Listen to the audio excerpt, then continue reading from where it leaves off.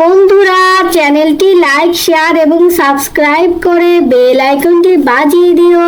মা মা, আমার না ক্ষুধা লেগেছে, আমাকে খেতে দাও না মা।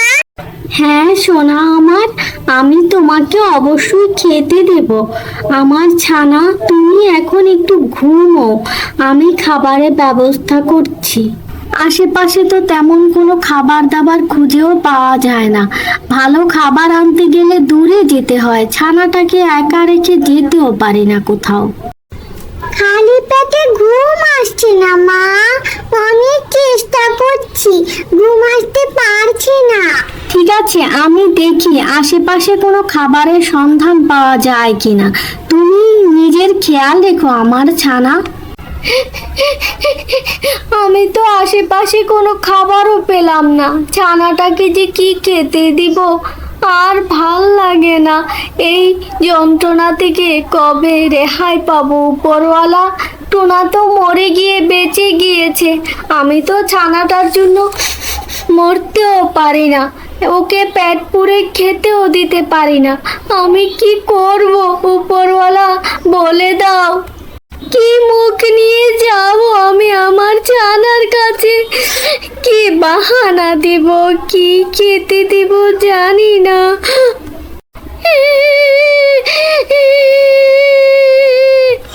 কি গো টুনি, কাঁদছো কেন? আমাকে বলো দেখি। কে জলপরি, তুমি কি আমার দুঃখ দূর করতে পারবে? আমি বড় অসহায়, ছোট্ট ছানা নিয়ে কোনো কাজ কাম করতে পারি না, ছানাটাকে পেট পুরে খেতে দিতে পারি না, তাই মনের দুঃখে কান্না করছি। ও এই কথা, এটা তো অনেক দুঃখের কথা। নিজের ছানাকে পেট পুরে খেতে না দিলে তো সব মায়েরই কষ্ট হয়। দেখি আমি তোমার জন্য কিছু করতে পারি কিনা এখন। কই রে আমার জাদুর হাঁড়ি, আয় তো এখানে তাড়াতাড়ি।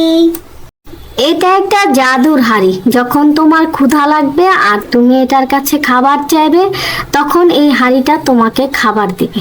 আজকে থেকে এই হাঁড়িটা তোমার, নাও রাখো আর নিজের দুঃখ দূর করো। তোমাকে অনেক ধন্যবাদ পরি, আমি তোমাকে কখনো ভুলবো না। জাদুর হাঁড়ি আমাকে দাও দেখি মন্ডা মিঠাই, আমি পেট ভরে খাই।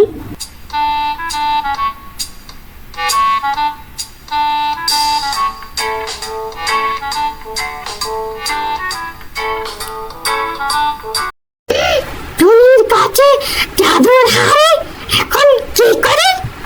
চলো টুনিটাকে বোকা বানিয়ে হাড়িটাকে দখল করি। ঠিক বলেছ, চলো তাড়াতাড়ি। কেমন আছো গো টুনি? আমি তো বেশ ভালো আছি কাক, তা তুমি কেমন আছো? ভালো, ভীষণ ভালো আছি। কি বাজে গন্ধ রে বাবা! টুনি, তোমার গা থেকে এত দুর্গন্ধ আসছে।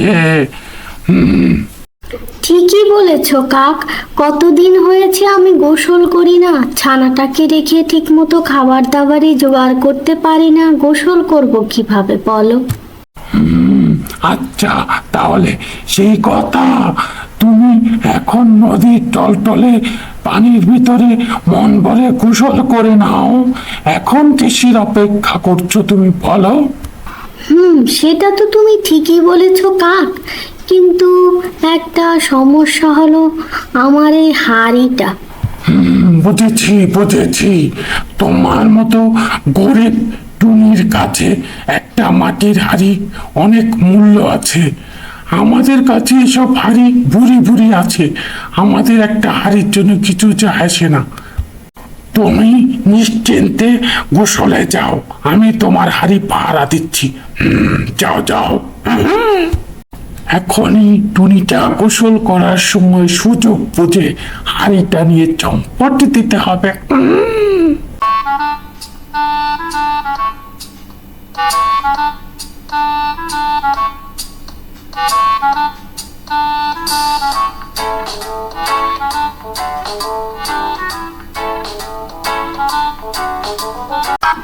অনেকদিন পরে মন ভরে গোসল করে খুব ভালো লাগলো, কিন্তু কাক কোথায় গিয়েছে?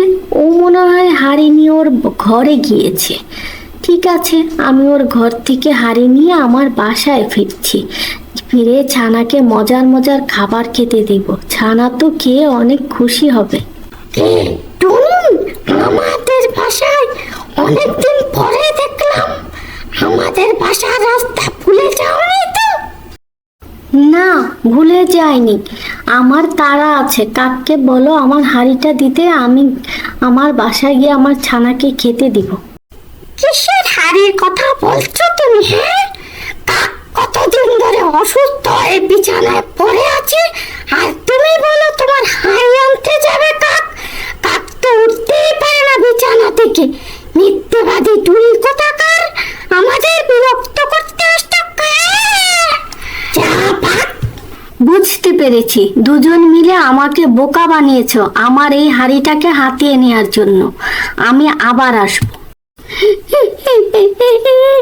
আমি এখন কি করব? বুঝতে পেরেছি, ওই দুষ্ট কাক দুটো তোমাকে বোকা বানিয়ে হাঁড়িটাকে হাতিয়ে নিয়েছে। কান্না বন্ধ করো টুনি, কান্না বন্ধ করো। এই নাও, এটা রাখো। এটা দিয়ে আমি কি করব? এটা তো একটা লাঠি। এটা যেই সেই লাঠি না, এটা জাদুর লাঠি। এটাকে যখন তুমি ছোবে তোমার অনেক শক্তি ও সাহস চলে আসবে। আর এটা দিয়ে তুমি দুষ্ট কাক দুটোকে সাহায্য করে তোমার হাঁড়িটাকেও নিয়ে আসতে পারবে। বাবারে, ছেড়ে দে রে টুনি। না, আর কোনোদিন এরকম করবো না। তোর হাড়ি ফিরিয়ে দেবো রে, মারিস না রে টুনি।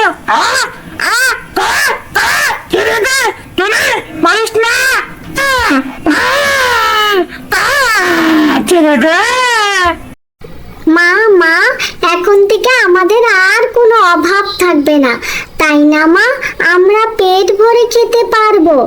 হ্যাঁ আমার সোনা, এখন থেকে আমাদের আর কোনো অভাব থাকবে না। আর এই যে শস্য দানাগুলো যা পাবো তা আমরা বাজারে বিক্রি করে যে পয়সা পাবো সেটা দিয়ে নিজেদের জন্য একটা পাকা ঘর বানাবো। আর আমাদের মতো অসহায় পশু পাখি যারা আছে তাদেরকে সহযোগিতা করব।